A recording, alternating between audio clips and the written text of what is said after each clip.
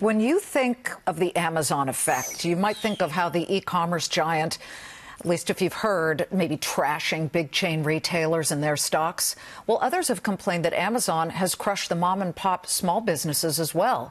But today, the e-commerce giant fought back, revealing this number.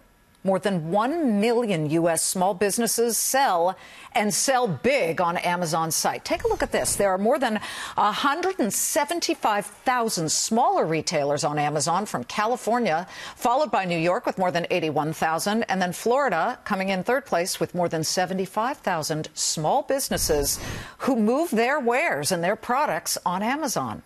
Does your company want in, or should we say on Amazon's selling site, or even for that matter on the shelves of big chains like Walmart? We bring in the small business expert and author of The 1% Edge, Susan Solovic. Susan, good to have you here. Listen, small business is the backbone of the U.S. economy, and many of them are listening right now. How can they make the leap to start moving their product through Amazon?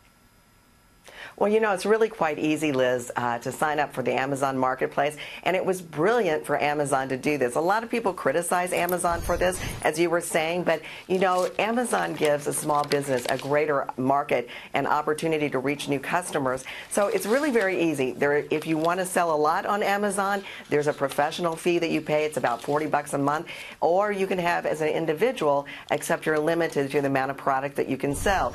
The hurdle here for small businesses is a lot of them think, okay, I'm on Amazon, I'm turning on the money spigot. Well, it doesn't quite work that way. It's just like anything else. You have to promote it. You have to let people know you're there. And the more sales you get, the more you're going to show up in the rankings on Amazon. Tell us how the small business owners around the nation, as best you know, are dealing with the economy today. It looks like we're on much firmer footing. They may have some new dry powder in the form of taxes that were cut for them. How are they spending that money, or do they even get bigger tax returns? Like, what is the true story for small businesses right now? I think it's a mixed review. Personally, I believe that the tax reform is great. We were happy to see it. It's not the end-all, be-all by any means. The pass-through entities probably didn't get exactly what they wanted.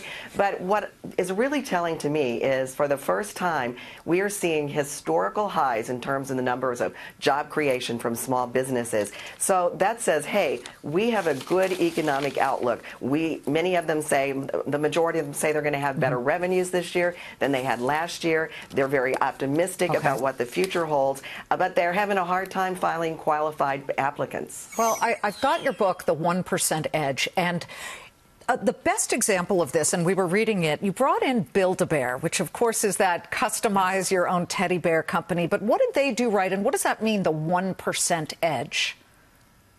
Well, the 1% Edge actually is a process I created to help businesses build innovation into their company's DNA. So in today's environment, the strategic plan is dead. You've got to be making real-time decisions. And also, back in the day, we used to, share messages with our audiences, and what we were tossing it out. Now it's a two-way street. You have to engage that customer, and you really have to know what you're selling. So you're not really selling what you think you are. You're not selling that widget. And what I love what Maxine Clark did, and by the way, Liz, I collect teddy bears, middle-aged woman with a lot of teddy bears, but you buy them pretty much all the same way. I can go online, or I can go into a discount store and pay $10 for one, go to Germany and pay hundreds of dollars for a Steve bear, but the process is the same.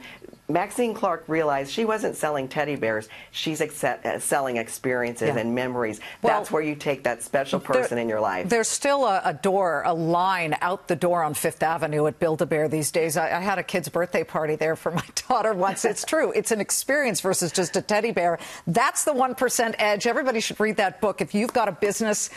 And Susan, it's good to see you. Thank you very much.